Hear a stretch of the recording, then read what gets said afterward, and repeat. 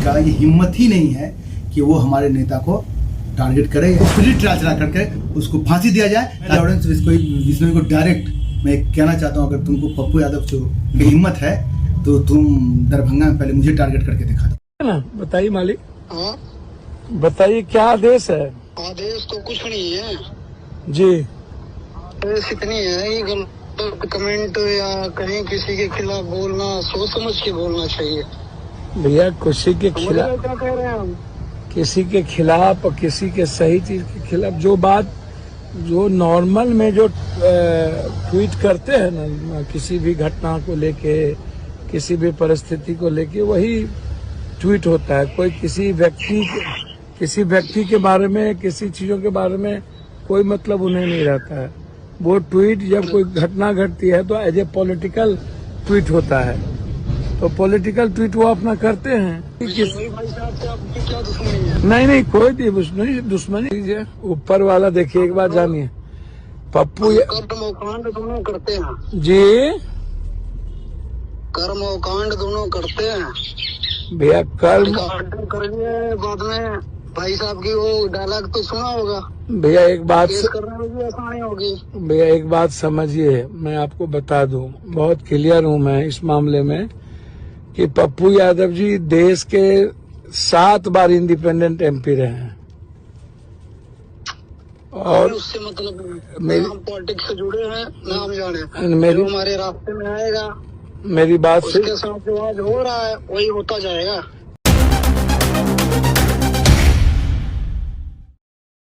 हमारे आदरणीय पप्पू यादव जी जन जन के नेता हैं, जन जन के दिल में बसते हैं और ये तुच्छों के मैं तो तुच्छा ही कहूँगा इसको। जो हमारी गोदी मीडिया है उसको एक भयावह तरीके से दिखा रही है।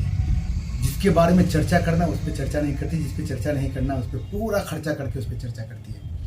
सबसे बड़ी बात है कि आप ये देख लीजिए कि गुजरात के साबरमती जेल में वो हाई सिक्योरिटी में उसको वो वहाँ अंडर कस्टडी है और फिर उसके लोग जो हैं धमकी देते हैं और वो पूरा संचालन कर रहा है। अभी तो न्यूज़ में ये भी आया था कि भाई 700 से ज़्यादा गुर्गे उनके पास मौजूद है, जब जहाँ चाहे वो मतलब अपना आतंकी खेल वो कर सकते हैं।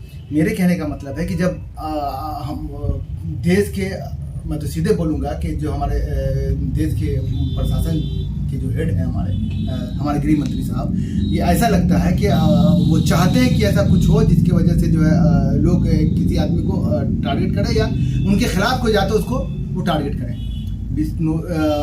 लॉरेंस का ये हिम्मत ही नहीं है कि वो हमारे नेता को टारगेट करे या उनके बारे में कुछ बोले। अगर वो कुछ बोलता है तो ये पूरे बिहारियों को बोल रहा है। अभी देखिए उसने क्या किया। सबसे पहले उसने जो मर्डर किया वो हमारे कितने अच्छे सिंगर, कितनी अच्छी आवाज़ और कितना टॉप क्लास का वो मतलब गाते थे, क्या सूफी गाते थे, उसके साथ साथ वो पॉप गाते थे। लेकिन मूसा वाला का मर्डर होने के बाद एक देश में एक मैसेज चला गया, उसको उसी वक्त जो है ख़त्म करने की ज़रूरत थी, कैद करने की ज़रूरत नहीं थी, ख़त्म करने की ज़रूरत थी। लेकिन ऐसा नहीं करते, बल्कि उसको दामाद की तरह रख करके उसके नाम का पूरा यूज़ किया जा रहा है ताकि इसका फ़ायदा इलेक्शन में डायरेक्ट उठाया जा सके। उसका मिसाल सीधे तौर पर बाबा सिद्दीकी का जो मर्डर हुआ है उसका सीधा मिसाल यही जाता है कि वो जो भी बीजेपी के खिलाफ आवाज़ उठाएगा, चाहे वो किसी भी पार्टी का हो, तो लॉरेंस बिश्नोई का नाम लेकर के उसका खात्मा करवा दिया जाएगा। इसमें डायरेक्ट संलिप्तता जो है वो गुजरात सरकार के साथ साथ हमारे केंद्र सरकार का भी है। ये तो सीधा सवाल उठता है कि एक क्रिमिनल जो साइकिक क्रिमिनल है वो वो पूरा अपना जो है नेटवर्किंग देश विदेश में वहाँ से बैठ के चला रहा है। इसका मतलब है कि जब तक गवर्नमेंट हाथ नहीं होगा तब तक आगे कोई कुछ नहीं करेगा। सबसे पहले प्रेस के माध्यम से ये बता देना चाहता हूँ कि लॉरेंस बिश्नोई जैसा क्रिमिनल इस देश में तो होना नहीं चाहिए, पहला। दूसरी बात यह है कि अगर उसको इतना ही गुर्दा है तो सरकार उसको जेल से बाहर निकाले और तब वो चैलेंज करे कि मैं पप्पू यादव को चैलेंज कर रहा हूँ। फिर उसके समझ में आएगा कि देश के अंदर में सेवा करने वाले का पल्ला भारी है, या जो लोगों को धमका करके डराने का काम कर रहे हैं उसका पल्ला भारी है। मैं सिर्फ सरकार से डायरेक्ट, केंद्र सरकार से मैं चाहता हूँ कि सबसे पहले लॉरेंस बिश्नोई जैसे लोगों को स्पिरिट ट्रायल चला करके उसको फांसी दिया जाए, ताकि देश में जो भय पैदा कर रहा है उससे लोगों के बीच में जो है लोग भयमुक्त हो, और लोगों को ये समझ में आना चाहिए कि संविधान और सुरक्षा से बढ़ के देश में कुछ भी नहीं है। पप्पू यादव जी को धमकी मिलता रहता है, ऐसा नहीं है।